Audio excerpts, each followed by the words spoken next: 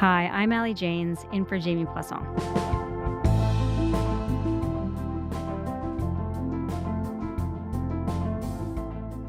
Last month, the RCMP charged 4 people for their alleged involvement in a plot to forcibly take land north of Quebec City. Mounties called it ideologically motivated violent extremism. The accused, they charge, had planned to create anti-government militia, taking part in military-style training, things like shooting, ambush, survival, and navigation drills. The men had stockpiled weapons, explosives, firearms, night vision goggles, 11,000 rounds of ammunition, and other military equipment. What experts have said is the largest cache of weapons ever seized in any terrorism-related incident in Canadian history. But even more startling, 2 of the 4 people charged by the RCMP are active members of the Canadian Armed Forces. Marc-Aurel Chabot, who's held for facilitating terrorist activity, and Corporal Matthew Forbes, held on a slew of weapons offenses. Last week, Chabot was denied bail. Forbes was granted conditional bail. While it's the first time an active member of the Canadian Armed Forces has faced terrorism-related charges, extremism in the military is nothing new. My colleague and longtime friend of the show, Jonathan Monpetit, is here, and he's going to take us through the force's uneven track record on extremism and just how deeply it's infiltrated the ranks.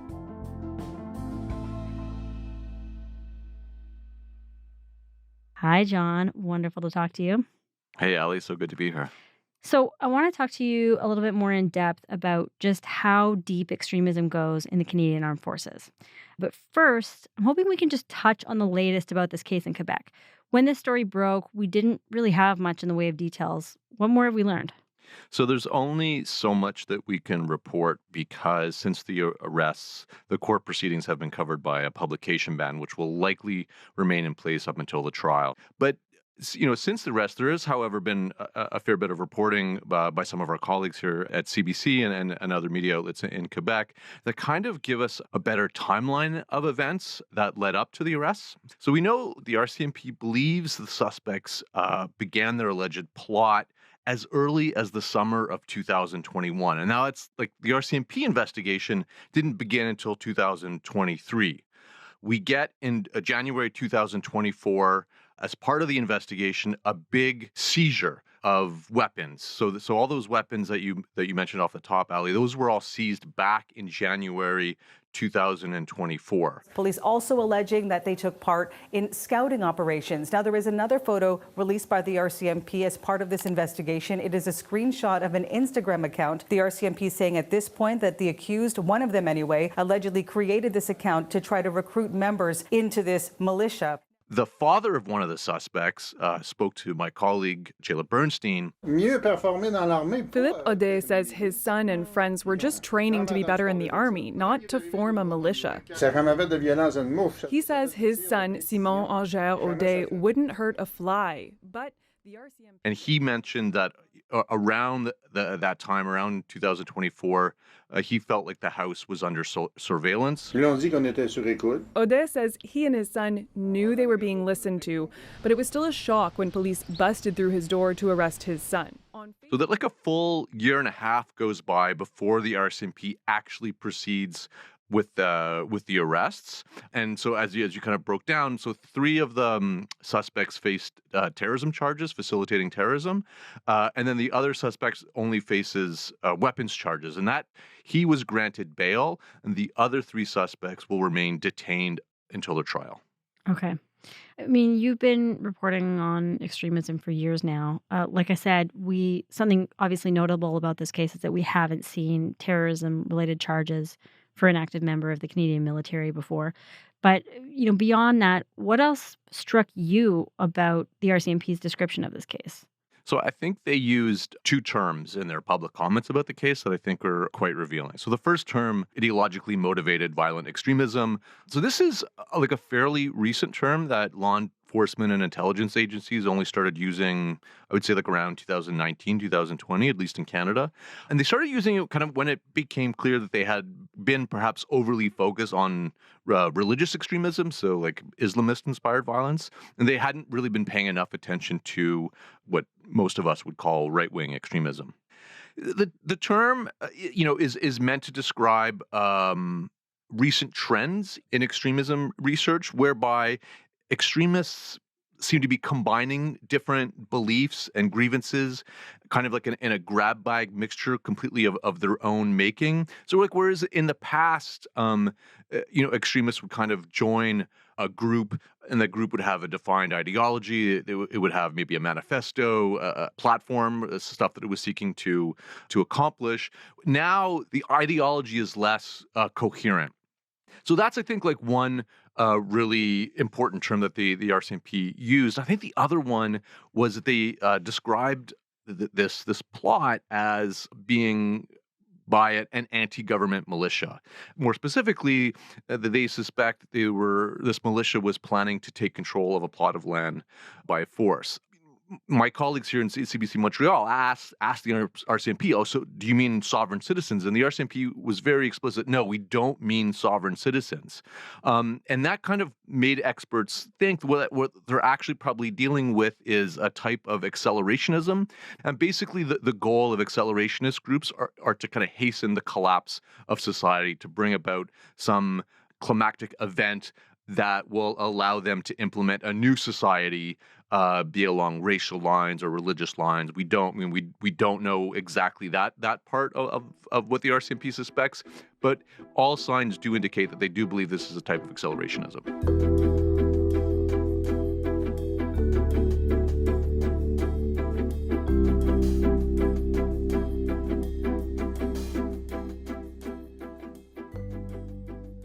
So, as we've already been talking about, cases of far-right extremism in the military are nothing new. The things that have become public, at least, have been happening for at least 30 years.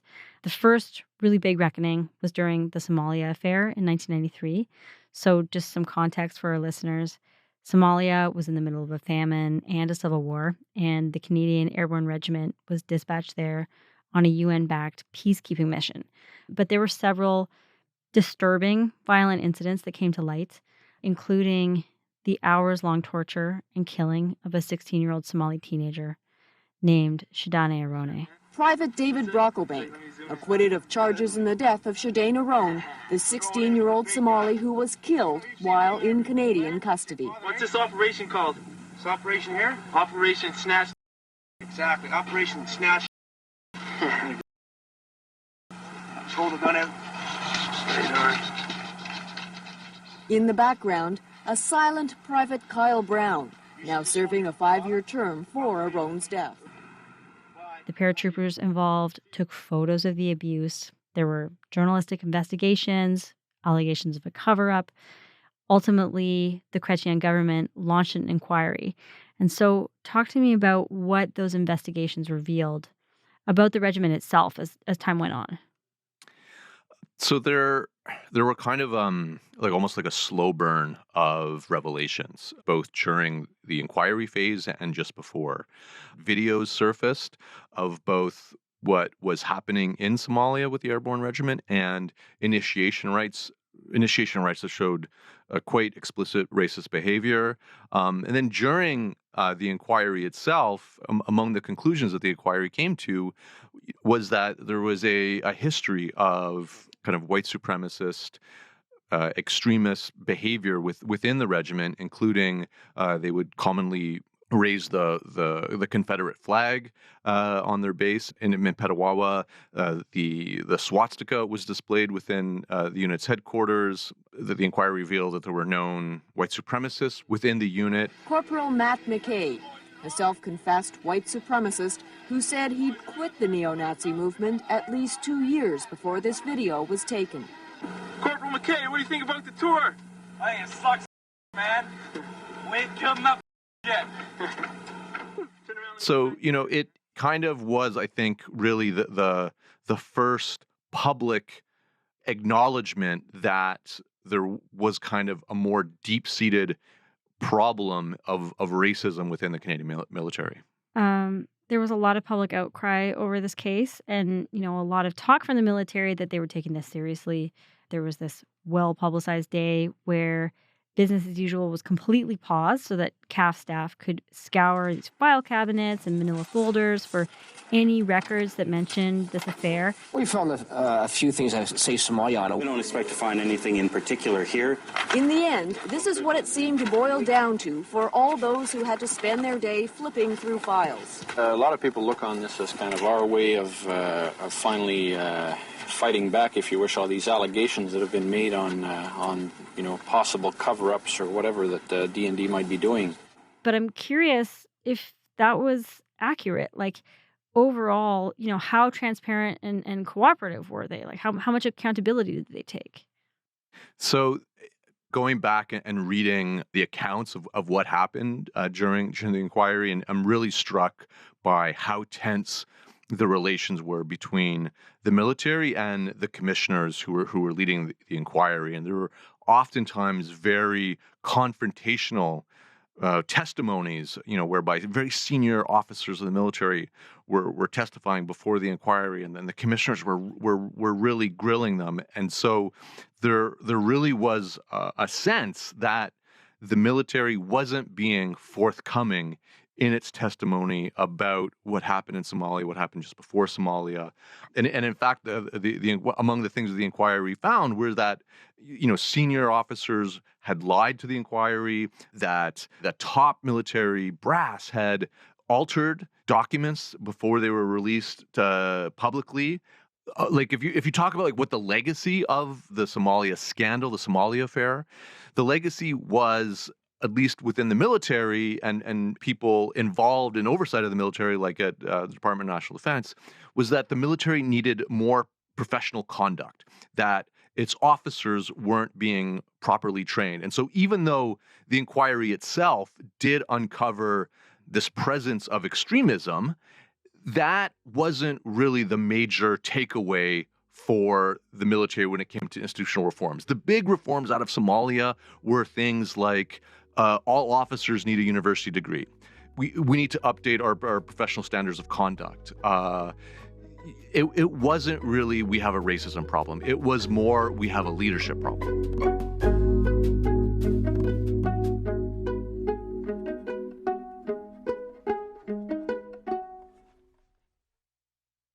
After that, we didn't hear that much about extremism in the Canadian military for a while, but then in the 2010s, there's this whole spate of incidents. And I mean, we've talked about some of them on the show before, but there were 4 active military members in Halifax given probation for joining the white supremacist group, the Proud Boys. Off duty at the time, the Canadian Forces members were relieved of their duties pending an investigation.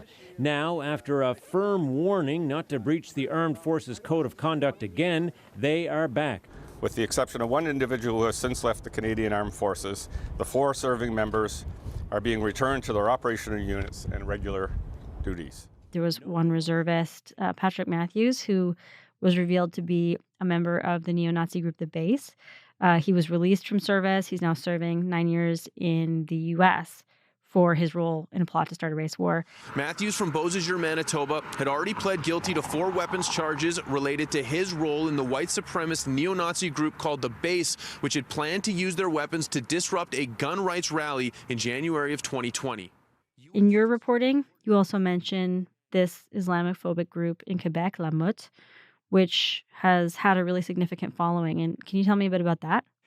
Yeah, so I guess I tend to see La Meute as one of the first major alt-right groups in not just Quebec, but I think in Canada itself. And so, this is back in 2015, prior to the 2016 American presidential election. And, at this moment in time, the notion of far-right discourse becoming normalized was still quite foreign to us, I think, just generally. But I think one of the things that happened in Quebec is you had this kind of long-running debate in Quebec over secularism that was already being used by more extremist elements in the province to kind of get across their points. And so then in 2015, you have Justin Trudeau announcing Canada is going to welcome 25,000 Syrian refugees. And La Meute was formed by a group of veterans of the Canadian military, veterans of the Afghanistan mission in particular, who thought this was untenable. This was going to represent a huge threat to Quebec culture, and it really is, I think, one of the first far-right groups in Canada to attract a sizable membership. Now, the figures we have for Limit, they're based on a Facebook page, members of a Facebook page. So, take that with a grain of salt. But nevertheless, this is a group that for a period of time did manage to organize fairly sizable demonstrations of between 500 and 1,000 people protesting immigration policies, kind of adopting a lot of the far right positions that have become a lot more familiar to us. And so, in this period, one thing that emerged was it was not only that Limit was not only being run by former members of the Canadian military, but according to reporting by another colleague of mine, Cathy Siné, there were upwards of 75 active members of the Canadian military who were taking part in the Facebook group. And so that, I think, is, again, illustrative of the appeal that the far right was having at the time, that it was able to draw in people from different parts of society. I mean, what was the military's response to finding 75 active members in this Facebook group? Like, that's not an insignificant number of people. So publicly, their response was basically to issue a warning to any serving member of the military, saying being a member of this group was incompatible with the values of the Canadian military, and that continued membership could imperil their career. They could risk disciplinary action. What we do know from access to information documents that I've seen recently is that very few, perhaps only a small fraction of that 75 actually did face any kind of disciplinary action. Now, whether that was because they all heeded the warning and left the group, or because the military simply wasn't interested in pursuing disciplinary action, we don't know. But we do know that basically very few individuals faced any kind of repercussions for their involvement with Limit.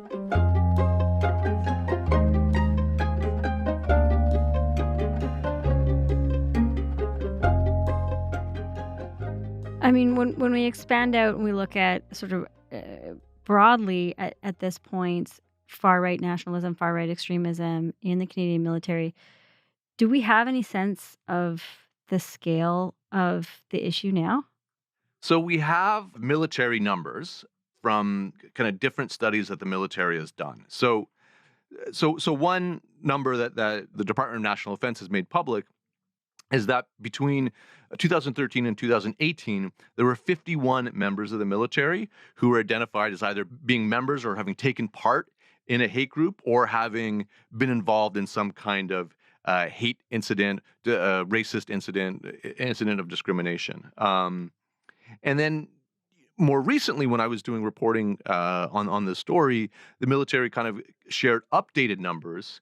So they said that between 2020 and now, that there have been 120 reports of military members promoting or displaying hate. And that's including 20 so far this year alone. We don't know how many of these incidents are founded. New data obtained by CBC News shows a resurgence of hateful conduct last year.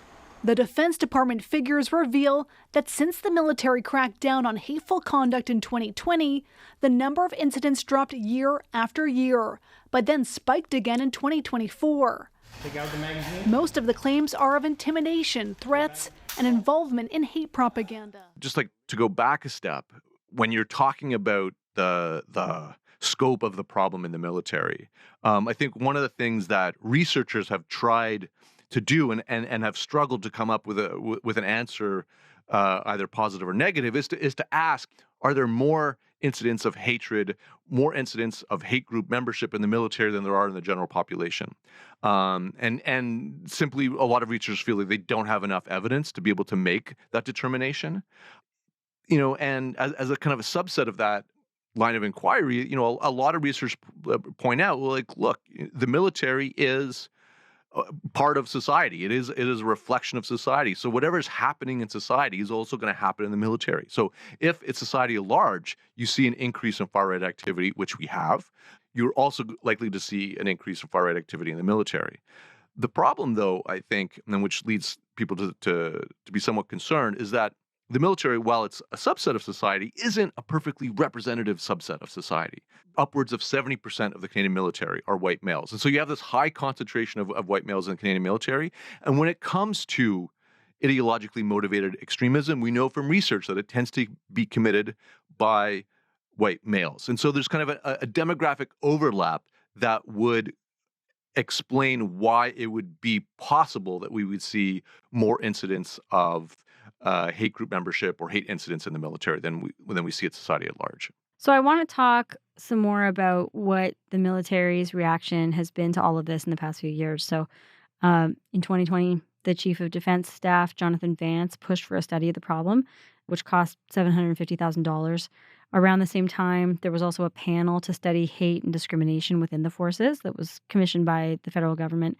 And, it's worth pointing out that during this time, this was really when the military was under this, having this reckoning about sexual misconduct and under a lot more scrutiny about how it was handling those cases. So can you just briefly tell me some of the big things that these investigations uncovered, but also the kind of difficulties that researchers doing these investigations came up against when they were trying to get answers from the military? So you mentioned that study, that $750,000 study that was launched, I believe, 2020, 2021, thereabouts. The researchers who conducted that study were frustrated by what they felt was a lack of cooperation from the military. So at the outset, they felt like General Vance, was interested in kind of trying to understand the scope of the problem. But then as time went on and the researchers kind of wanted to push ahead with their study, they wanted access to military bases in order to interview people. That authorization never came. And so, one of the researchers posted on social media recently that they felt it was not a true effort, that the military wasn't really committed to really trying to understand the scope of this problem, and I think that context that you mentioned, Ali, is really important. This is coming out of a period where the military's reputation was suffering because of the sexual misconduct allegations, which ultimately reached General Vance. Retired General Jonathan Vance has become the first senior officer charged in relation to the military misconduct crisis. In court documents, military police allege Vance did willfully attempt to obstruct the course of justice in a judicial proceeding. And it stems back to this. Did General Vance ever instruct you to lie about your relationship? Yes, it's recorded, and the CFNIS has all of the recordings of him. And also these series of cases of extremists who are being identified as members of the military. So you have that one study that doesn't really, get much traction. At the same time, the federal government is also taking steps to respond to public pressure around racism in the military, around concerns about racism in the military. The federal government convenes an expert panel to investigate this issue, and that panel ends up releasing a report in 2022 that finds that membership in extremist groups is growing in the military, and that the military is inefficient when it comes to detecting who these members are. Around the same time, the military ombudsman releases a study that looked at long-running efforts in the military to diversify itself and saying, no, you guys are falling short of your diversity goals. And, already your diversity goals to begin with were probably too low. A few years later, a researcher out of University of Alberta, a guy by the name of Andy Knight, he finds that extremists are acknowledging that they're joining the military in order to kind of gain skills in order to pursue their extremist goals. He said he went into the military to learn how to kill brown and black people. And that was, to me, very disturbing. You kind of have, three well-documented studies that are really suggesting that there is a systematic problem here that needs to be addressed, and that the military, for whatever reason, seems to be unwilling to commit to, that these problems seem to be recurring.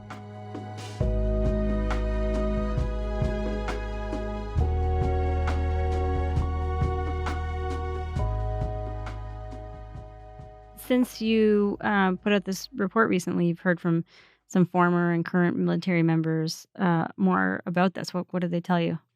So I heard from a range of both veterans and active military members, and I think one of the interesting common threads of a lot of the people who reached out to me was a sense of frustration. I think these are people who were frustrated that the military hadn't done more to address this issue. They felt like cases of extremism or even suspected extremism with the military, it tarnishes their service, and they're very proud of their service in the military. And I heard from also active members of the military who feel like even with recent steps that the military has taken, whether it's commissioning studies, creating an office of professional conduct, creating a new tracking system, despite these public efforts to say like, look, we're taking this seriously, within the ranks there is still a disconnect. There is still not the sense that this is truly a priority for the military.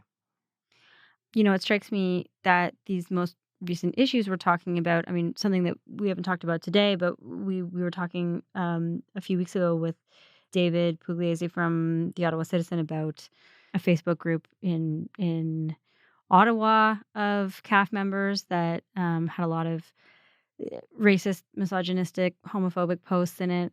But, these kind of issues are coming out at a time when the Prime Minister is injecting billions of dollars of funding into defense spending. As the demands on our Canadian Armed Forces have increased, their resources and their salaries have not kept pace. To try and recruit and retain more members, Prime Minister Mark Carney's boosting pay based on rank. The most junior members will benefit the most with a 20% raise. Canada's not seen something like this this millennium. It hasn't seen it since the late 1990s. So our colleague Murray Brewster interviewed the military's top commander, Lieutenant General Michael Wright, about this alleged militia plot that we were talking about in Quebec. And he had some pretty strong words about it. He said, makes me angry, makes me livid. Something I probably shouldn't say on CBC, but pisses me off, is that the important work that the Canadian Army needs to do to modernize, our eye is being taken off that, our focus is being taken off that, so we can deal with completely unacceptable and inappropriate behavior. He also said that these incidents erode the military's cohesion, credibility, ability to attract new recruits. As we're going through important work to modernize the Canadian Army, when there's generational investment being made into the Canadian Armed Forces writ large, that we still have to deal with this type of inappropriate and unacceptable behavior. Talk to me when you're looking at all of this, like, what do you think is at stake here for the armed forces? Like, what do you think it means for them to be getting this major injection of funding at a moment when we're seeing that, it doesn't look anyway like they really seem to have some of these pretty fundamental issues under control? I think what's at stake here is whether or not the Canadian Armed Forces are going to be representative of Canadian society, whether or not the makeup of the forces will be at least somewhat proportional, reflective of the diversity of Canadian society, or whether the forces will be and perhaps remain a boys' club. And I think the challenge right now that the Canadian Forces is facing is the perception among the public at large that its efforts to diversify itself have not been successful, that it is not serious about rooting out extremism, and if that's the perception of the public, it will hurt recruitment. It will hurt people's desires to be part of the armed forces. And if that's the perception, if people don't want to join the armed forces at a moment when the federal government has made clear it wants to strengthen the armed forces, that it wants the armed forces to play a more prominent role in Canadian society, then there's a major conflict between the goals of government and the desires of the public, and the military's own ability to meet the mission that it's been given by the government. And I think it also speaks to this kind of political moment where diversity initiatives are being heavily scrutinized and diversity initiatives are being heavily politicized. And so the Canadian military has given itself this mandate to diversify itself. And I think as opponents of the government and as opponents of diversity initiatives raise their voices, I think a lot of us are going to be watching whether or not the military commits to this desire to diversify itself to be a more inclusive workplace, or whether it stays the way that it's always been. And it kind of keeps the culture that has been in place, but holding true to that culture, of course, in the eyes of many experts, say, well, that culture is also what has enabled extremists to operate in the military without really any fear of repercussion. All right. Well, we'll have to watch where this goes. John, as ever, thank you so much. Thank you, Elliot.